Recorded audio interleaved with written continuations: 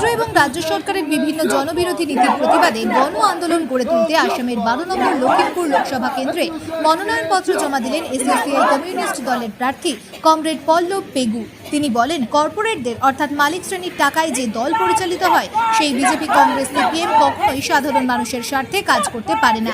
তারা সাধারণ মানুষের ভোটে নির্বাচিত হয়ে সাধারণ মানুষের বিরুদ্ধে আইন পাশ করে। তাই গণ আন্দোলনের একমাত্র শক্তি এসইউসিআইসি প্রার্থীদের ভোট দিয়ে জয়ী করার আহ্বান জানান তিনি। Bureau report, SUK news. নির্বাচনের যোগেদি যদি জনসাধাৰণৰ সমস্যা সমাধান হলেহেঁতেন 10 বাৰ নিৰ্বাচনৰ কাৰণে ৰাইজে দাবী উত্থাপন কৰিলে। কিন্তু আমি ভাবো যে এই নিৰ্বাচনত আমি এসইউসিআই কমিউনিষ্ট দলৰ পক্ষৰ পৰা অংশগ্ৰহণ কৰি আছো।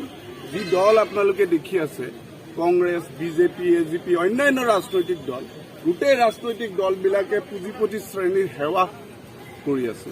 আৰু আমি সৰ্বহাৰাৰ দৃষ্টিকোণৰ পৰা আজি দুখীয়া মেহনতি মানুহৰ মুক্তিৰ আন্দোলন শক্তিশালী কৰাৰ স্বাৰ্থত আমাৰ নিৰ্বাচনত আমি অংশগ্ৰহণ কৰিছোঁ।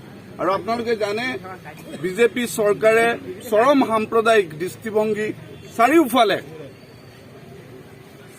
সৃষ্টি কৰি আছে। ইয়াৰ অৱসান শুভবুদ্ধি সম্পন্ন মানুহে বিচাৰিছে।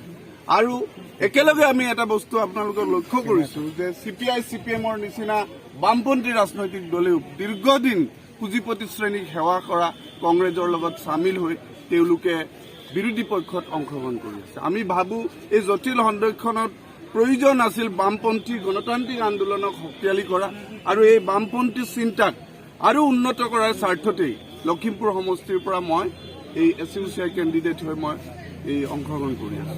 মই ভাবো যে শুভবুদ্ধি সম্পন্ন মানুহে আমাৰ এই নিৰ্বাচনত অংশগ্ৰহণ কৰাক আশীৰ্বাদ জনাব আৰু আমাক জয়যুক্ত কৰিব। কি বুলি ভাবে? হাজাৰ হাজাৰ য'ত মানুহ কোটি কোটি টকা খৰচ কৰি নিৰ্বাচনী প্ৰচাৰ চলাইছে আৰু আপোনালোকে ইতিমধ্যে গম পাইছে ইলেক্ট্ৰল বণ্ডৰ যোগেদি আগতে আমি আমাৰ দলৰ পক্ষৰ পৰা কৈছিলো পুঁজিপতি শ্ৰেণীৰ পৰা তেওঁলোকে টকা লয়, কিন্তু আজি ইলেক্ট্ৰলৰ বণ্ডৰ যোগেদি তেওঁলোকে প্ৰমাণিত কৰিলে, লিগেলাইজ কৰিলে বিজেপি চৰকাৰে। কংগ্ৰেছৰ দিনত ট্ৰাষ্ট হিচাপে ইলেক্ট্ৰল ট্ৰাষ্ট হিচাপে গ্ৰহণ কৰিছিল, পুঁজিপতিসকলৰ পৰা টকা লৈছিল।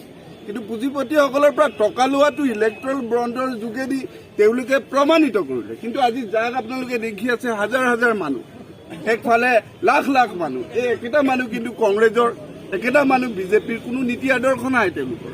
এই আদৰ্শহীন